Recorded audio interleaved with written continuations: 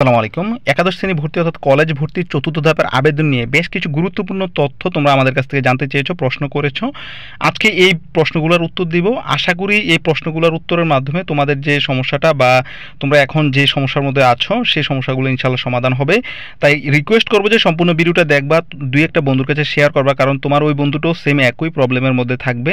তোমার এই বন্ধুটা যেন এই সমস্যাটা থেকে সমাধান হতে পারে, সেজন্য একটু ভিডিওটা শেয়ার করে দেওয়ার জন্য অনুরোধ করছি। আর আরেকটা একটু নিউজ দিয়ে দিই, সেটা হলো যে আমাদের এই চ্যানেলে যতগুলো নিউজ দেওয়া হয় সবগুলো একদম অথেন্টিক এবং কি 100% শিওর যাচাই বাছাই করে নিউজগুলো করা হয়। তোমরা নিশ্চিন্তে থাকতে পারো, এখানে যে কথাগুলো বলা হবে বা যে নিউজগুলো তোমাদেরকে দেখানো হবে তোমরা নির্ভয়ে এবং নিশ্চিন্তে এগুলা গ্রহণ করতে পারো। এখানে যেহেতু আমরা তোমাদেরকে কলেজ ভর্তির চতুর্থ ধাপের আবেদনের নোটিশটা দিয়েছিলাম এর আগে। তো এখানে নোটিশ 11 তারিখ থেকে 14 তারিখ পর্যন্ত তোমরা চতুর্থ ধাপের জন্য এমনকি সর্বশেষ ধাপ এটা, এই ধাপে আবেদন করতে পারবা। আমাদের এর আগে নিউজ আসছিল যে প্রায় 12,000-এরও বেশি শিক্ষার্থী এখনও পর্যন্ত, শিক্ষা মন্ত্রণালয় থেকে নিউজটা দেওয়া হয়েছে, আমি আগের ভিডিওতে দেখিয়েছি। 12,000-এরও বেশি শিক্ষার্থী এখনও পর্যন্ত কোনো কলেজ পায়নি। 500-র মতো শিক্ষার্থী আছে যারা A+ প্রাপ্ত শিক্ষার্থী, তারাও এখনও পর্যন্ত কলেজ পায়নি। তো অলমোস্ট অনেক বেশি শিক্ষার্থী এখনও পর্যন্ত কলেজ পায়নি। তারপর আবার নিশ্চয়ন করে অনেকে ভর্তি হয়নি, আবার অনেকে নিশ্চয়নও করেনি। ঠিক আছে, তো এই বিষয়গুলো নিলে প্রায় 20 থেকে 30 হাজারের মতো শিক্ষার্থী এখনো পর্যন্ত দেখা যাবে যে কলেজ এখনো পর্যন্ত পায়নি, তারা চতুর্থ ধাপের জন্য আবেদন করবে। তো যাই হোক, এখানে এই আবেদনকারী শিক্ষার্থীদের জন্য যে প্রশ্নগুলো এখানে আমরা সবচেয়ে বেশি পেয়েছি সেগুলো এখান থেকে তুলে ধরছি। এখানে আবেদন করার নিয়ম হয়তোবা অনেকে নিজেরাই করেছে, আবার অনেকে দোকান থেকে করিয়েছে, দোকান থেকে করলে 100 টাকার মতো বেশি নিবে। তো যাই হোক, এখানে নিজেরা কিভাবে করা যায় সেটা আমি প্রাথমিকভাবে একটু বলবো, তবে এটা নিয়ে বিস্তারিত বলতে হবে কারণ এটা অনেক লম্বা একটা ভিডিও হবে, 8-10 মিনিটের লাগবে তোমাদেরকে এটা সম্পূর্ণটা বুঝাতে, আবেদনটা করে দেখাতে। তো এটা তো আর এখন সম্ভব না, আমি জাস্ট একটু ধারণা দিব, কারণ এটা আবেদন করার জন্য তোমাকে 11 তারিখ পর্যন্ত অপেক্ষা করতে হবে।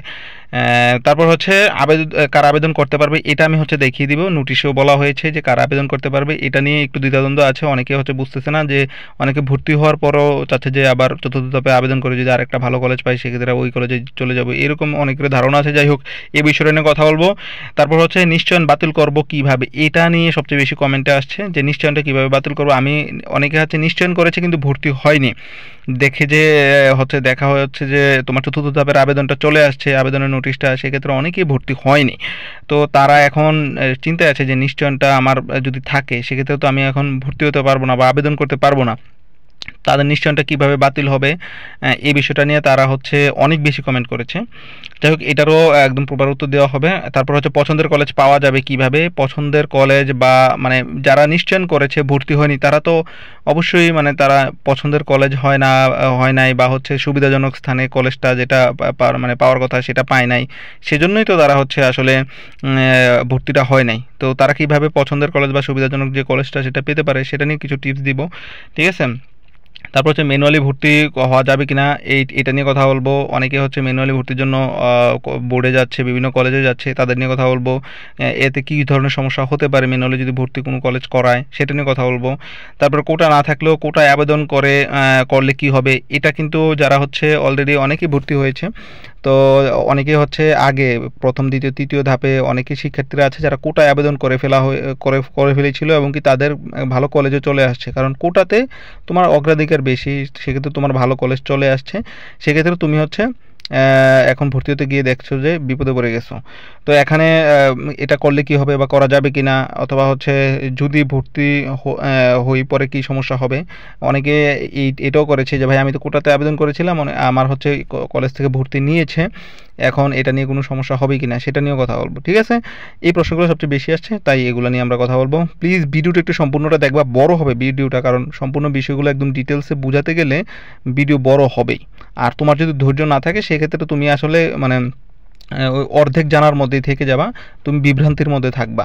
তাই আমি রিকোয়েস্ট করব যে ভিডিওটাই করি বা যে ভিডিওটাই ইনফরমেটিভ সবগুলোই থাকে, সবগুলাই ভিডিও একদম সম্পূর্ণটা দেখবা, তা না হলে তুমি অর্ধেক জ্ঞানের মধ্যে থাকবে এবং বিভ্রান্তির মধ্যে ভুগবা। ঠিক আছে, তো যার কারণে তোমার কারণে আরও কয়েকজন শিক্ষার্থীর ক্ষতি হবে, তুমি কারণ ভুল ইনফরমেশন অন্য শিক্ষার্থীদেরকে দিবা। তো যাই হোক, সম্পূর্ণ ভিডিওটা দেখো। আচ্ছা, আমরা ফার্স্টে কথা বলতেছি যে আবেদন করার নিয়ম, এটা আমি একদম শেষের দিকে দেখিয়ে দিব, কারণ আবেদন করার নিয়মটা আমরা এক্সআই ক্লাস অ্যাডমিশন থেকে দেখাবো। আচ্ছা, কারা আবেদন করতে পারবে এটার জন্য আমি একটু নোটিশটা একটু ওপেন করি, তাহলে তোমরা এই জিনিসটা একটু ভালোভাবে বুঝবা। এখানে নোটিশেই বলে দেওয়া হয়েছে কারা এখানে আবেদন করতে পারবে। এখানে দেখো, 2024-25 শিক্ষাবর্ষের শেষ ধাপে হচ্ছে অনলাইনের মাধ্যমে যে সকল শিক্ষার্থীরা আবেদন করতে পারবে, যে সকল শিক্ষার্থী পূর্বে আবেদন করেনি বা আবেদন করে কলেজ সিলেকশন পায়নি, পূর্বে একটা আবেদন করেনি, 3টা ধাপ গেছে, 3টা ধাপে একটা তো আবেদন করেনি, বা আবেদন করেও কলেজ সিলেকশন পায়নি, আবেদন করছে কিন্তু কোনো কলেজ তারা পায়নি এখন পর্যন্ত। আচ্ছা, আরেকটা হচ্ছে যে সকল শিক্ষার্থী চূড়ান্ত মনোনয়ন পেয়েছে কিন্তু কোনো কারণে কলেজে নির্ধারিত সময়ের মধ্যে ভর্তি হতে পারেনি কিংবা নিশ্চয়ন করতে পারেনি। বিষয়টা বুঝেছ?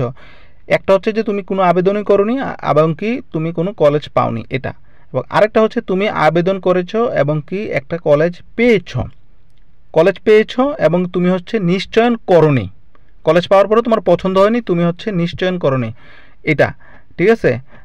আরেকটা হচ্ছে তুমি নিশ্চয়ন করেছো, যেই সমস্যাটা আমার হচ্ছে, আমি একটা পয়েন্ট রেখেছি, নিশ্চয়ন করেছো কিন্তু তুমি এই যে 7 তারিখ গতকালকে গেল লাস্ট ভর্তির ডেট, তো চূড়ান্ত ভর্তিটা তুমি হওনি, ঠিক আছে? তো তারা হচ্ছে আবেদন করতে পারবে, ঠিক আছে? মানে যারা কোনো কলেজে ভর্তি পায়নি তারা আবেদন করতে পারবে, এটা শিওর।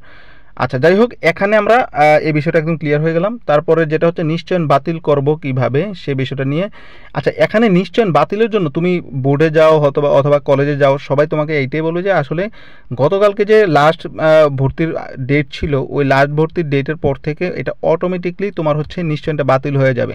কারণ শিক্ষার্থীদেরকে এখন সব কিছু হচ্ছে অনলাইনে, শিক্ষকরা মানে তুমি যখন ভর্তি হবে ওই কলেজ তোমাকে যাচাইটা করবে কীভাবে, তুমি যে নিশ্চয়ন করেছো ওই কলেজের কিন্তু অলরেডি হচ্ছে ওই কলেজের ড্যাশবোর্ডে, এখানে দেখো আমি একটা দেখাচ্ছি তোমাদেরকে একটু ভালোভাবে বোঝানোর জন্য।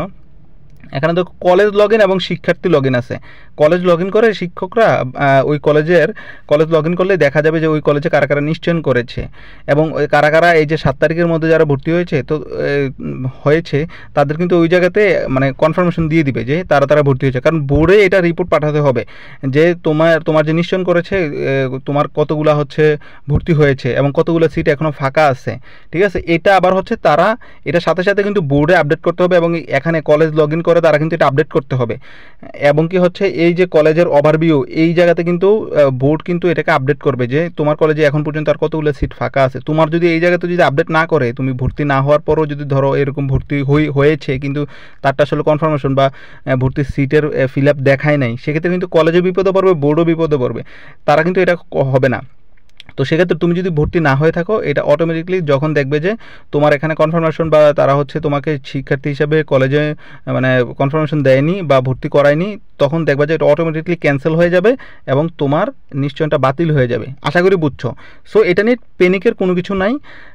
তারপর হচ্ছে তুমি হচ্ছে 11 তারিখ পর্যন্ত ওয়েট করতে হবে, কারণ এখানে তো তোমার ভর্তির জন্য এখন কোনো অপশন নাই, ঠিক আছে? 11 তারিখ পর্যন্ত ওয়েট করবা, করার পরে তুমি হচ্ছে কলেজের এই যে লগ ইন করবা, শিক্ষার্থী লগ ইন করে তুমি যখন আবেদনটা করতে যাবা, তখন তুমি যদি আবেদনটা না করতে পারো, সেক্ষেত্রে আমি আগে থেকে বলে দিচ্ছি, যদি না করতে পারো তুমি যে কলেজে নিশ্চয়ন করেছো সেই কলেজে চলে যাবা। ভুলবশত হতে পারে তারা হচ্ছে এটাকে কনফার্ম করে দিচ্ছে, এরকম হতেই পারে, ঠিক আছে? যদি হয়ে যায় সেক্ষেত্রে কলেজ এটা ঠিক করবে, আর না হয় যদি কলেজ এটাকে যদি একটু ডিলে দেয় বা তারা তাদের দোষ স্বীকার করতে চাচ্ছে না বা এরকম যদি কিছু হয় যে এটা আসলে ঠিক আছে আমরা করব এরকম, কারণ সময় কিন্তু নাই, তো তুমি হচ্ছে কি করবা, বোর্ডে চলে যাবা, বোর্ডে গিয়ে এটা নিয়ে হচ্ছে বললে ইনশাল্লাহ তারা হচ্ছে এটা ঠিক করে দিবে, ঠিক আছে? কলেজে যাবা ফার্স্টে, তারপর হচ্ছে কলেজে যদি কাজ না হয় সেক্ষেত্রে বোর্ডে যেয়ে এটা ঠিক করবে। তবে আশা করি এরকম কোনো কিছু হবে না, এটা অটোমেটিকলি নিশ্চয়ই বাতিল হয়ে যাবে। আশা করি এই বিষয়টা বেশি সংখ্যক শিক্ষার্থীরা এটা প্রশ্ন করেছিল, এটার উত্তর পেয়ে গেছো, প্যানিক নেওয়ার কোনো কারণ নাই, এটা অটোমেটিকলি হয়ে যাবে, ঠিক আছে? কলেজে গিয়ে যোগাযোগ করবা যদি সমস্যা হয়। তো 11 তারিখ পর্যন্ত ওয়েট করো, সমস্যা নেই। তারপরে যেটা হচ্ছে যে পছন্দের কলেজ পাওয়া যাবে কিভাবে, কলেজ না পেলে কি করব।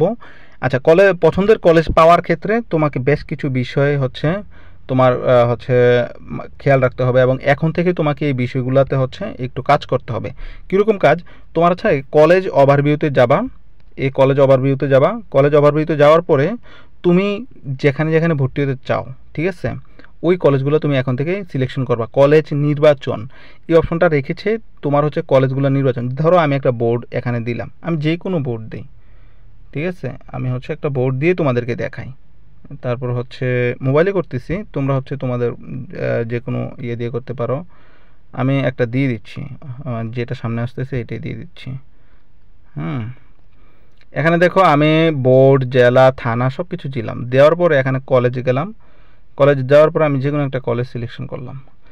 এভাবে কিন্তু তোমাকে সিলেকশন করতে হবে, ঠিক আছে? এই কলেজটা সিলেকশন করলাম, করার পরে এখান থেকে তুমি শিফট, তারপর হচ্ছে কতগুলো সিট খালি আছে, ঠিক আছে? এই সব কিছু এখান থেকে তুমি দেখতে পারবা, ঠিক আছে? দেখে তুমি হচ্ছে কলেজগুলা সিলেকশন করবা যে তোমার এই যোগ্যতাতে, এই বোর্ডের এই আন্ডারে যতগুলো কলেজ আছে সেই কলেজগুলো এখানে কিন্তু সব দেখাচ্ছে, ঠিক আছে? এবং কতগুলো সিট আছে, কত জিপিএ তাদের হচ্ছে চাহিদা, ঠিক আছে? এইগুলা দেখে এবং তোমার জিপিএর সাথে ম্যাচ হয় কিনা আন্তাজে তুমি হচ্ছে কলেজগুলো দিলে তো তোমার হচ্ছে তিনবারে দিলে, আরও যদি 10-12 দেয় সুযোগ, সেক্ষেত্রে তোমার কলেজ আসবে না। এই জিনিসটা আমি বারবার বলতেছি, এই জিনিসটা সিট সংখ্যাগুলো তুমি হচ্ছে দেখে নিবা, ঠিক আছে? এটা তো হচ্ছে 13টা সিট ফাঁকা আছে, এটা 74টা সিট ফাঁকা আছে, তো তুমি কি 13টাতে দিবা নাকি 74টাতে দিবা ফার্স্টে? তোমার যদিও এটা অসুবিধা হয়, তোমার ফার্স্টে হচ্ছে কলেজ পেতে হবে। তোমার ভালো হোক, খারাপ হোক বা মিডিয়াম হোক, তোমাকে আগে কলেজ পেতে হবে। তোমার যদি রেজাল্ট কম হয় সেক্ষেত্রে তুমি কলেজ পাইলা না, তুমি কিন্তু আর ভর্তি হতে পারবা না, 1 বছর বসে থাকতে হবে। তো তোমার যেরকম হোক কলেজ তোমাকে পেতে হবে, এইটা তোমার টার্গেট থাকতে হবে। তোমার রেজাল্ট অনুযায়ী তুমি দিবা, এবং কি বোর্ডের এই যে সিটগুলো দেখবা তাদের কতটুকু যোগ্যতা তারা নিচ্ছে সেটা তুমি দেখবা। দরকার হয় তুমি হচ্ছে কোনগুলোতে সায়েন্সেরও তুমি আবেদন করতে পারো, কোনগুলোতে হচ্ছে তুমি কমার্সেরও আবেদন করতে পারো, ঠিক আছে? যদি সায়েন্সের হয়ে থাকো, তারপরে তুমি হচ্ছে কলেজগুলো হচ্ছে তোমার যে প্রথমে হচ্ছে তোমার যে বাড়ির আশেপাশে যে কলেজগুলো আছে সেগুলোতে দেওয়ার চেষ্টা করো। তবে আরেকটা বিষয়, 5টার জায়গায় তুমি হচ্ছে 10টা কলেজ দিবা। এখানে 5টা কলেজ দিবা না, অবশ্যই 10টা কলেজ দিবা, এটা হচ্ছে সর্বলাস্ট তোমার হচ্ছে সুযোগ। সেক্ষেত্রে তুমি যদি 5টা কলেজ দাও, আবার তোমার যদি সুযোগ না আসে সেক্ষেত্রে তুমি কিন্তু ভর্তি হতে পারবে না। সো তোমাকে 10টাই কলেজ সিলেকশন করতে হবে, যে কোনো একটাতে তুমি পেয়ে ভর্তি হও। পরে দরকার হয় টিসি নিয়ে তুমি তোমার ভালো কলেজ, তোমার বাড়ির কাছের কলেজটাতে তুমি যেতে পারবা, কিন্তু কলেজ না পেলে অনেক বড় বিপদে পড়ে যাবা, ঠিক আছে? আশা করি তোমাদেরকে বিষয়টা বুঝাতে পেরেছি। এভাবে তুমি এখন থেকেই আগামী 11 তারিখের আগ পর্যন্ত তুমি হচ্ছে কলেজগুলো সিলেকশন করে নাও, যে কোন কলেজটা হচ্ছে তোমার জন্য ভালো হবে এবং কোন কলেজে সিট ফাঁকা আছে, কোন কলেজে হচ্ছে এর আগে আমি একটা ভিডিওতে বলেছিলাম যে মিনিমাম 20-30টা যদি সিট ফাঁকা থাকে সেক্ষেত্রে তুমি এটাতে দিতে পারো, এবং তোমার ওই কলেজের যারা হচ্ছে আছে শিক্ষকরা আছে তাদের সাথে কথা বলতে পারো।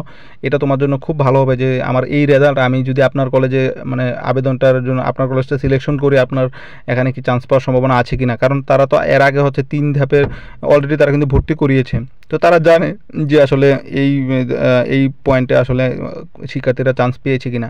এই জিনিসটা খুবই গুরুত্বপূর্ণ, কারণ এই চান্সটা তোমার হচ্ছে একটু কষ্ট করতে হবে। তুমি কলেজে যাবা, কলেজে গিয়ে যোগাযোগ করবা, নয়তো ওই কলেজের যারা হচ্ছে ছাত্র আছে তাদেরকে সাথে যোগাযোগ করতে পারো। বেশি ভালো হয় তুমি ওই কলেজে গিয়ে যাবা, যাওয়ার পরে স্যারদের সাথে কথা বলবা, বলে তুমি নিশ্চিত হবা যে ওই কলেজে তুমি হচ্ছে চান্স পাবা। দরকার 5টা কলেজে যাও, 10টা কলেজে যাও, যেগুলো তোমার প্রথম যে 5-7টা কলেজ আছে সেগুলোতে গিয়ে তুমি হচ্ছে যোগাযোগ করো যে আমার এই পয়েন্ট, আমি স্যার আপনার কলেজে আবেদন করতে চাচ্ছি, আপনার কলেজে নাম দিতে চাচ্ছি, আসলে আসবে কি না সেটা একটু নিশ্চিত হওয়ার জন্য আসছি, ঠিক আছে? কথা বলো, সমস্যা নাই, কিন্তু তোমাকে কলেজ পেতে হবে, না পেলে 1 বছর মিস। তো সেই জন্য একটু কষ্ট করো, ঠিক আছে? এইভাবে ইনশাল্লাহ তুমি তোমার পছন্দের কলেজটা পাবা, ঠিক আছে? একটু কষ্ট করলে পাবা, ঠিক আছে? এবং কি তুমি নিশ্চিত হতে পারবা যে হ্যাঁ আমি এই কলেজটা দিয়েছি, আশা আছে যে এটাতে পাবো, ঠিক আছে? এবং অনেক কলেজ বলবে না এই আমাদের তো A+ই অনেকেই হচ্ছে আবেদন করে হচ্ছে চান্স পায়নি, সো তোমার 4 পয়েন্ট এত রেজাল্ট, তুমি আসলে চান্স পাবা না, সো তুমি এটাকে চয়েসে পরে দিবা, ঠিক আছে? যাই হোক, আশা করি বুঝাতে পারছি এই বিষয়টা নিয়ে। হচ্ছে তোমরা অনেকেই হচ্ছে দুশ্চিন্তে আছো, কারণ হচ্ছে কলেজ পায়নি অনেক শিক্ষার্থীরা। কলেজ না পেলে কি করণীয়? কলেজ না পেলে আসলে এইবার যদি কলেজ না পাও সেক্ষেত্রে আসলে কোনো কিছু করণীয় নাই। তুমি হচ্ছে কলেজ না পেলে শেষে দিয়ে তুমি বোর্ডে একটা আবেদন করতে পারো, এটা আমার একটা মতামত, কিন্তু আসলে বোর্ডে আবেদন করে এত একটা ফলপ্রসূ হবে আমার মনে হয় না। তবে তোমার এইবার কলেজ পেতে হবে, সেটা নিয়ে তুমি কাজ করো।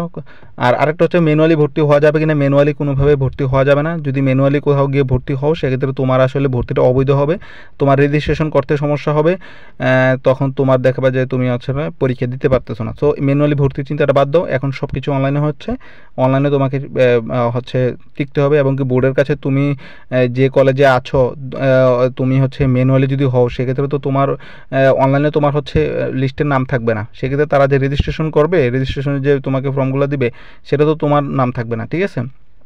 তো শিক্ষকরা কিছু যদি এরকম কোনো অবৈধ কিছু করতে চায় সেক্ষেত্রে আসলে এটা কখনোই উচিত হবে না।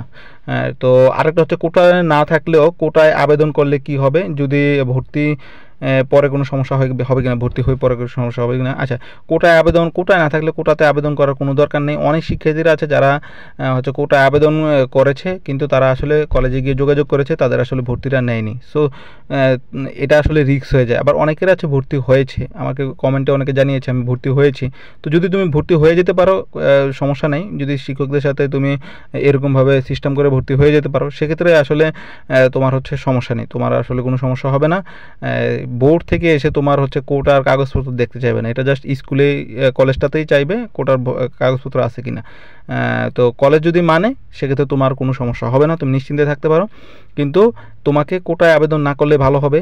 তবে এইটার ভিতরে একটা টেকনিক, যেটা হচ্ছে পছন্দের কলেজে, আমি একটু তোমাদেরকে বলে দিচ্ছি, এটা হচ্ছে টেকনিকটা আমি বলছি। যদি তোমার ওই কলেজে কোনো পরিচিত থাকে শিক্ষক বা যারা হচ্ছে, তাহলে তুমি তাদের সাথে যোগাযোগ করে যে আমি হ্যাঁ আপনার কলেজটাতে দিব, কোটাতে দিতে চাচ্ছি আপনার কলেজে, তাহলে তো চলে আসবে। এটা করতে পারো, কিন্তু এটা আসলে কখনো আমি সাজেশন বলতে কি, এটা আসলে তোমাকে আমি করতেছি না, এটা জাস্ট মানে আমার এখন মনে হলো যে হ্যাঁ এটা তো করা যায় কিন্তু এটা আসলে ঠিক হবে না আমার কাছে মনে হচ্ছে, এটা তো অবৈধ হয়ে যাবে। যারা কোটা আছে তাহলে তারা হচ্ছে একটু বঞ্চিত হবে। যাই হোক, এটা করার দরকার নেই, এটা আমার মাথায় আসলো সেজন্য তোমাদেরকে বলে দিলাম। তো যাই হোক, এটা রিস্ক হয়ে যায়, ঠিক আছে। তো রিস্কে আমরা কেন যাব, আমরা ইনশাল্লাহ ফেয়ারভাবেই পাওয়ার চেষ্টা করব। এই ছিল ভিডিওতে, আশা করি সম্পূর্ণ বিষয়টা তোমরা বুঝছো। তবে যদি কোনো কিছু না বুঝো আমাদেরকে হচ্ছে কমেন্টে জানাবা, এবং কি যদি হচ্ছে প্রশ্ন করার থাকে, আরও তাড়াতাড়ি জানা থাকে, আমাদের ফেসবুকে হচ্ছে মেসেজ করবা। ফেসবুকের পেজের লিঙ্কটা ডিসক্রিপশনে দেওয়া থাকবে, জাস্ট জয়েন হয়ে আমাদেরকে মেসেজ করো। ইনশাল্লাহ সকল সমস্যার সমাধান ইনশাল্লাহ আমাদের এই চ্যানেল থেকে একদম পিওরভাবে পাবা, এতটুকু নিশ্চিত দিচ্ছি। সকল ভালো থাকো, সকলে ভালো সুস্থ থাকো, সবার জন্য দোয়া এবং ভালোবাসার ভিডিও শেষ করছি। আসসালামু আলাইকুম।